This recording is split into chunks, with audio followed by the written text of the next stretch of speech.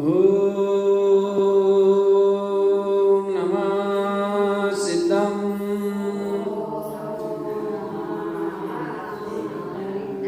ओम नमः सिद्धम। ओम नमः सिद्धम।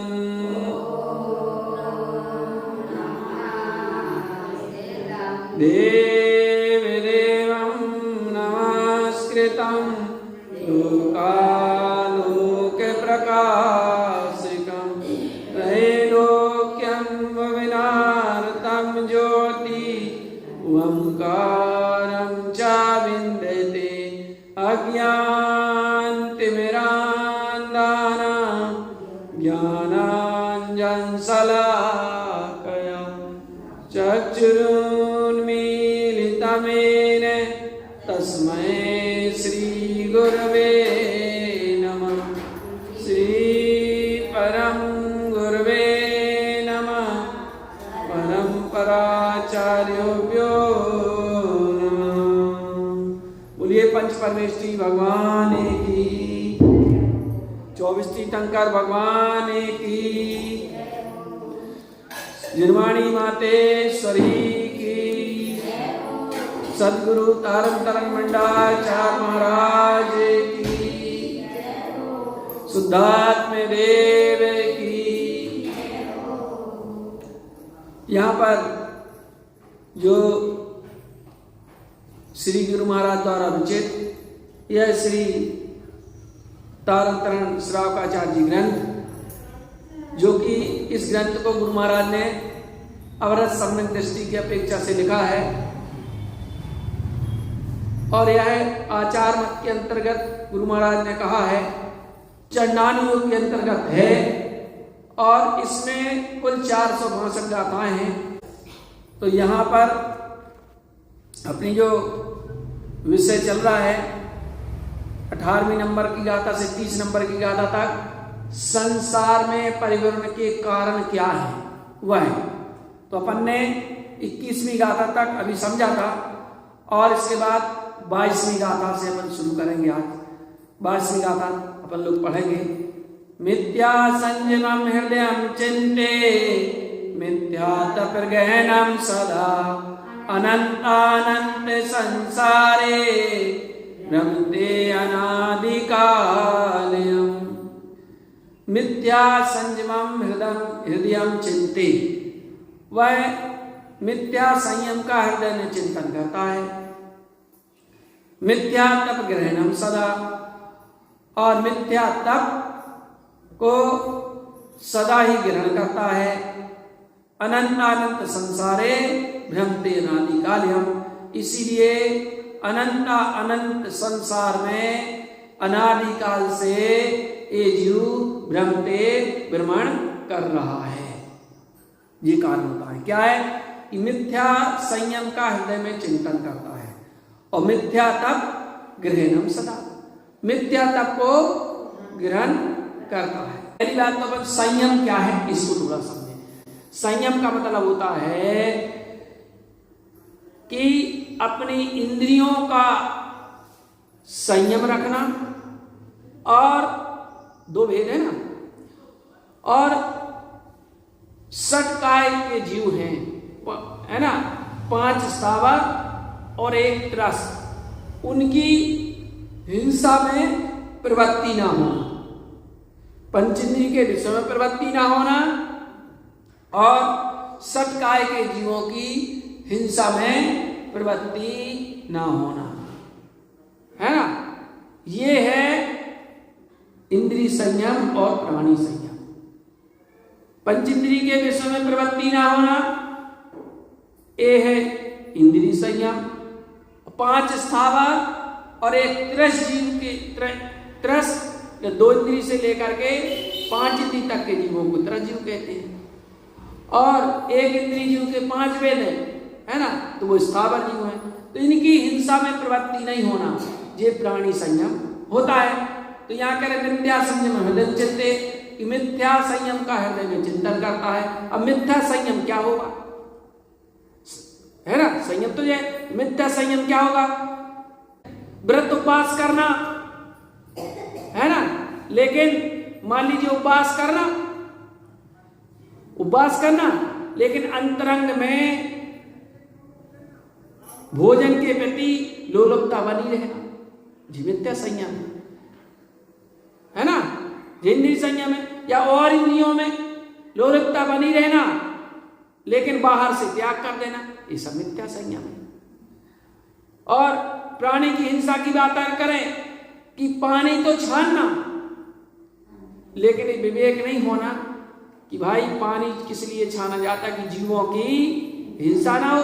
तो यथा योग्य जो है पानी छानना, फिर बिल्समाई डालना, सारी चीज प्रक्रिया करना, तब तो है, अन्यथा वो तुम्हारा क्या संयम रहा, असंयम ही है ना। पहली बात तो ये है। और दूसरी बात ये है कि अपने आत्म स्वभाव के श्रद्धान पूर्वक जो संयम होता है उसे वास्तव में संयम कहते हैं। लेकिन अपनी आत्मा का लक्ष्य नहीं होना, बिगैर लक्ष्य के और फिर संयम का पालन करना, वो भी मिथ्या संयम के अंतर्गत ही आता है। श्रद्धान नहीं है, आपका लक्ष्य नहीं है, आपने लक्ष्य निर्धारण नहीं किया है कि मैं संयम का पालन कर रहा हूं, व्रतों का पालन कर रहा हूं, तो ये किस लिए कर रहा हूं भाई। उपवास कर रहे हो तो अगर आपके उपवास करने का लक्ष्य क्या है, आप यहां आकर के जाप कर रहे हैं, स्वाध्याय कर रहे हैं, तो आपका स्वाध्याय का जाप का लक्ष्य क्या है, किस लिए कर रहे हैं, है ना। तो ये लक्ष्य निर्धारित होना चाहिए। भाई करते तो अपन ये हमें लगता है कि नहीं भाई हम स्वाध्याय कर रहे हैं तो इससे हमें हित होगा, हमारी आत्मा का हित होगा, आत्मा का कल्याण होगा, ऐसा हमें श्रद्धान है क्या, पक्का श्रद्धान होना चाहिए। जब ऐसा पक्का श्रद्धान होगा, लक्ष्य बनेगा, तब काम बनेगा, तब सच्चा संयम होगा, है ना। और लक्ष्य ही नहीं है, अपन तो फॉर्मेलिटी आकर के निभा रहे हैं, तो फिर जो कह रहे भाई तुम भले ही पालन कर रहे हो लेकिन देखा देखी, तो वो फिर तुम्हारा वास्तव में वह संयम नहीं कहलाएगा, मिथ्या संयम ही होगा, है ना। और संयम की महिमा है, जिस बिना नहीं जिन राज सीजे तूर लो जग कीच में, एक घड़ी मत बिसरो करो जब आओ जब मुख बीच में। मन पढ़ते ना, बताओ जिसके बिना वे तीर्थंकर भी मार्ग नहीं बन पाया, उनको भी संयम को ग्रहण करना पड़ा, तो अपना मार्ग कैसे बन सकता, नहीं बन सकता है। तो इसलिए उनने भी संयम को ग्रहण किया है, अपन को भी संयम को ग्रहण करना चाहिए। थोड़ा सा नियम, थोड़ा सा संयम हमारे जीवन को उठाने में निमित्त कारण बन सकता है। बताओ वो भील के जीव ने पूर्व भाव में क्या किया था, थोड़ा सा कौवे का मांस का त्याग का नियम लिया था, है ना। बताओ इतना सा नियम, और फिर वही पाशनाथ का जीव बना। और वो भीला भी जो भगवान महावीर का जीव, वो भी भीला की पर्याय में जब था, तो जब वो, अब सुना होगा ना कि क्या था, जंगल में वो भील नहीं थे, एक साधु झाड़ी के नीचे बैठे हुए ध्यान कर रहे थे, झाड़ी के नीचे बैठ करके और ध्यान कर रहे थे। अब जी तो शिकार करते थे, तो क्या हुआ कि उसने सोचा कोई कितना सुंदर मृग है, क्योंकि उनकी आंखें चमक रही थी, कितना सुंदर मृग है, क्यों नहीं मैं इस मृग का जो है शिकार करूं, ऐसा विचार आया उसके मन में। और उसने धनुष में तीर खींचा ही है, धनुष में तीर खींचा, सो आकर के भीलिनी ने उसका हाथ पकड़ लिया और क्या कहा, इन्हें ना मारो भीला नरकाने जे हो। वो भजन पढ़ती ना, कौन लोग दाई पढ़ती थी, कौन पढ़ते, ये भीला ये क्या कर रहे हो, पूरा भजन है वो, इनको मत मारो, जे कोई मृग नहीं है, जे तो कोई वन देवता है, जे कोई वन देवता है, इन्हें मत मारो। अरे बोले गए, हमें माफ कर दो वन देवता जी। तो उनने फिर समझा ये तो कोई संत है, और कुछ नियम दिए, उस भीला को नियम दिए कि भैया तुम व्यसनों का सेवन नहीं करना, हिंसा छोड़ दो, अष्टमूल गुणों का पालन करना, तो तुम्हारा कल्याण होगा, तुम्हारा हित होगा। ये छोड़ दिया, उसने इतना छोड़ा, वो घर नहीं आ पाया, घर के में देहरी में पैर ही रखा है और उसकी मृत्यु हो गई। उसकी मृत्यु हुई और बताओ मर करके वो क्या हुआ, भरत महाराज का पुत्र हुआ। आगे चल करके भरत महाराज का पुत्र हुआ मारीची। अंत में भगवान महावीर स्वामी के भगवान महावीर स्वामी हुए, है ना। तो एक नियम के कारण आदिनाथ भगवान के कुल में उत्पन्न हुए, तीर्थंकर के कुल में उत्पन्न हुए, भरत महाराज के पुत्र हुए। विशेषता संयम की, है ना। लेकिन लक्ष्य पूर्वक, भाई हमारा क्या लक्ष्य, हमें भी आत्म कल्याण करना है, तो उस लक्ष्य पूर्वक करेंगे तो अपना मार्ग बनेगा। तो मिथ्या संयमम हृदयं चित्ते मिथ्या तम ग्रहणम सदा अनंत अनंत संसारे रमते अनादिकाल्यम। यही दो कारण बताए कि मिथ्या संयम का हृदय में चिंतन करता है, मिथ्या तत्व को ग्रहण किए हुए है, इसलिए संसार में अनादिकाल से परिवर्तन कर रहा है। दो कारण बता दिए। और अगली गाथा में मिथ्या दृष्टि च संगेने कसायम रमते सदा लोभम क्रोधम मयम मानम गृहतम अनंत बंधनम। मिथ्या दृष्टि च संगेने, क्या, और मिथ्या दृष्टि की संगति के कारण, है ना, मिथ्यात्म दृष्टि के संग के कारण कसायम रमते सदा, हमेशा वह कसायों में ही रमता है। जीव कसाय क्यों करता है, मिथ्या मान्यता के कारण ही क्यों करता है। मिथ्या मान्यता, इनने हमें ऐसा कह दिया, या इनने हमें हमारे साथ ऐसा कर दिया, बताओ कोई कर सकता है, ये मिथ्या उल्टी मान्यता है। भाई इसने हमारे साथ ऐसा कर दिया, कोई कर सकता है क्या हमारे साथ कुछ? पहली बात तो अगर कोई कर भी कर सकता है तो शरीर का ही कुछ कर सकता है, आत्मा का कोई कुछ नहीं कर सकता, पहली बात तो ये। और दूसरी बात ये कि चलो शरीर और आत्मा का संयोग है, तो संयोग की दशा की अगर बात करें तो भी इसने नहीं किया, क्योंकि निमित्त कुछ करता नहीं है। मैंने ही पूर्व में कर्म बांधे थे, उन पूर्व कर्म के वजह से इसने मेरे साथ ऐसा किया, वो तो निमित्त बना, तो निमित्त करता नहीं है, करता तो मेरे कर्म है जो मैंने बांधे थे, इसने नहीं किया। ज्ञानी ये समझते हैं, इसलिए क्या करते हैं, जो निमित्त है उस निमित्त को दोष नहीं देते। मिथ्यात्म दृष्टि के संग के कारण कसाय रमते सदा, वह कसायों में रमता है, कसाय करता है, क्रोध मान माया लोभ, चार कसाय रमते सदा। लोभम क्रोधम मयम मानम, और लोभम क्रोधम मयम मानम, ये चार कसाय है। यहाँ गुरु महाराज ने पहले लोभ लिया है, पहले लोभ को लिया है ना, क्योंकि ये लोभ पाप का बाप बखाना, क्योंकि लोभ ऐसी कसाय है कि जहां लोभ है वहां चारों कसाय होती है। जहां लोभ होगा निश्चित रूप से वहां क्रोध भी होगा, क्योंकि मेरे लोभ की पूर्ति नहीं होगी, है ना, जिसकी मैं कामना कर रहा हूं, जिसका लोभ कर रहा हूं, तो क्रोध भी होगा।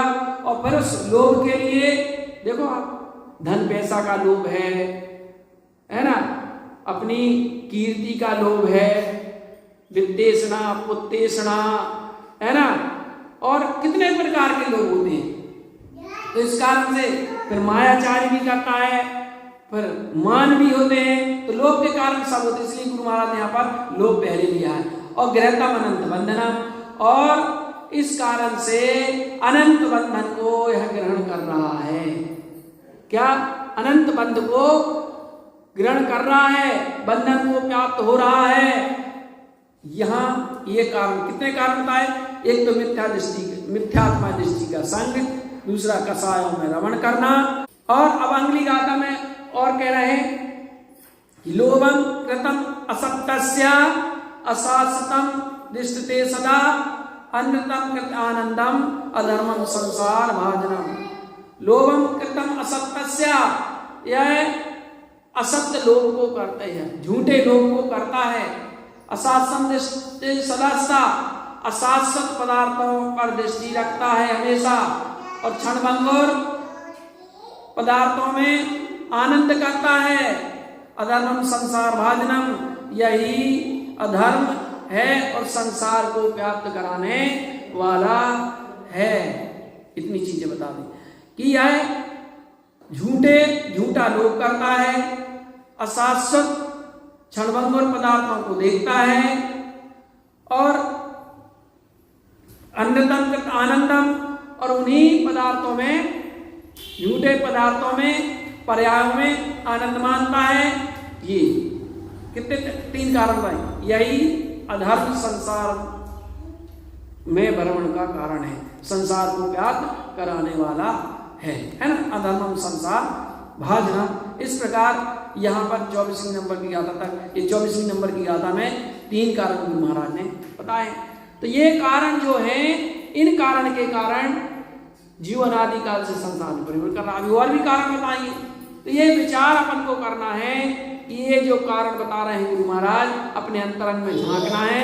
ये कारण हमारे अंदर तो नहीं है भाई, हम तीव्र कसायों में तो नहीं उलझे। ठीक है, अभी संयोगी दशा है, तो संयोगी दशा के कारण कर्म का सद्भाव है, तो कसाय होना जो है हो सकती कसाय। अपन सोचे कि कसाय नहीं हो, तो कसाय होना संभव है।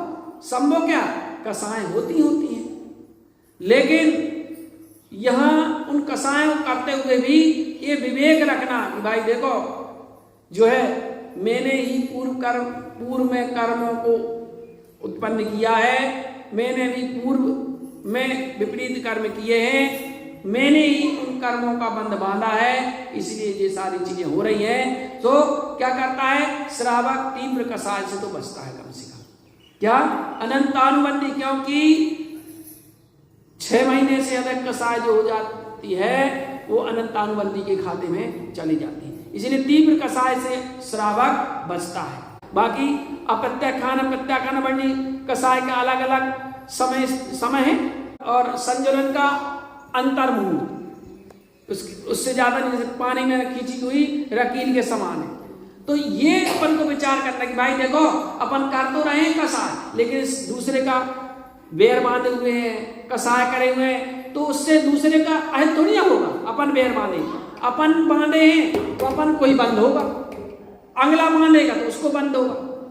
तो बता, ये तो विचार करो, हम बेर बांधे हैं, बंधा है ना हमारे, तो हमारी बंद होगा ना, कि उसको होगा।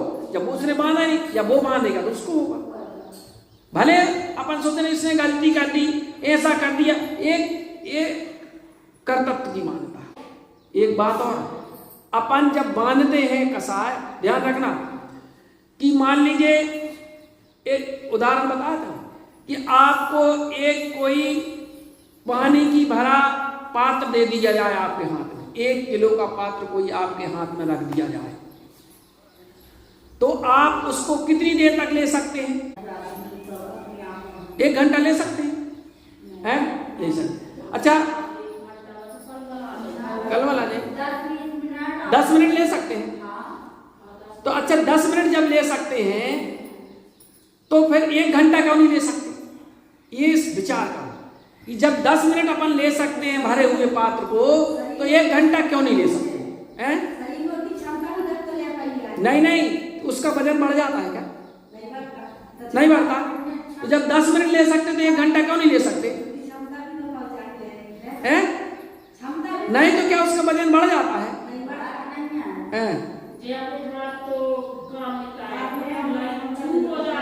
हाथ हमारे काम नहीं, 1 घंटे से ज्यादा लगेंगे तो वो हाथ हमारे, हाँ, है ना। तो यही बात है कि हमें फिर वो वजनदार लगने लगेगा। अगर शिखर जी का पहाड़ चढ़ रहे हैं तो 1 किलो का वजन भी शुरू ना लगेगा, लेकिन जब ऊपर चढ़ते तो वजनदार लगने लगता कि नहीं लगने लगता? अब ये विचार करो कि किसी चीज को हम शुरू लेते हैं तो वो हल्की लगती है, कसाय करना बड़ा हल्का लगता है, लेकिन जब जैसे जैसे वो कसाय करते हैं और फिर उसके परिणाम की तरफ जाते हैं तो देखो वही कसाय हमें अभी छोटी सी लग रही थी, फिर वही चीज बड़ा रूप धारण कर लेती है। पहली बात ये, और किसी भी चीज को अपन कसाय हो चाहे कोई चीज हो अपन लिए रहेंगे तो वो धीरे धीरे जितना लेते रहेंगे उतना उतना उसका वजन बढ़ता जाएगा, फिर वो हमारे लिए परेशानी का कारण हो जाएगा। होगा कि नहीं होगा भाई? कोई भले हल्का भी हल्का लग रहा है लेकिन वही छोटा सा वजन हमें भारी लगने लगता बाद में आगे चल करके। ऐसे ही कसाय हैं, अभी हम कर रहे हैं, सहजता में कर लेते हैं, और अगर उसको पकड़ के रखा हमने तो वही कसाय फिर हमारे लिए दुखदाई हो जाती है। और देखो शुरू में तो आदमी को बिल्कुल सहजता लगती है, सहजता लगती है, लेकिन कहते हैं कि भाई अग्नि को और घाव को, ऋण को, इनको हल्के में नहीं लेना चाहिए, इनको हल्के में नहीं लेना चाहिए, क्योंकि ये शुरू में क्या लगते हैं, ये शुरू में हमें छोटी दिखती हैं, लेकिन अगर इस पर आपने गौर नहीं किया तो यही चीज बहुत भयावना हो जाती है। अगर अपन अग्नि है, अग्नि की चिंगारी है, और अग्नि की चिंगारी को अपन हल्के में ले लेंगे तो वही दावानल का रूप ले सकती है। ऋण को अगर अपन सहजता में लेंगे तो भाई थोड़ी थोड़ी चल करके एक दिन विशाल रूप ले लेता है, इतना बढ़ जाता है नहीं? बताओ, तो तृण, ऋण और कोई घाव, इनको हल्के में नहीं लेना चाहिए, ये आगे चल करके ये बहुत बड़ा रूप ले लेती हैं। बस ऐसी बात है। तो मिथ्या दृष्टि जो रहता है वह मिथ्या के कारण ही कसायों में रमता है। तो इस प्रकार अपन इन कारणों को अपने अंतरंग में देखते हुए और मिथ्यात्व को दूर करें।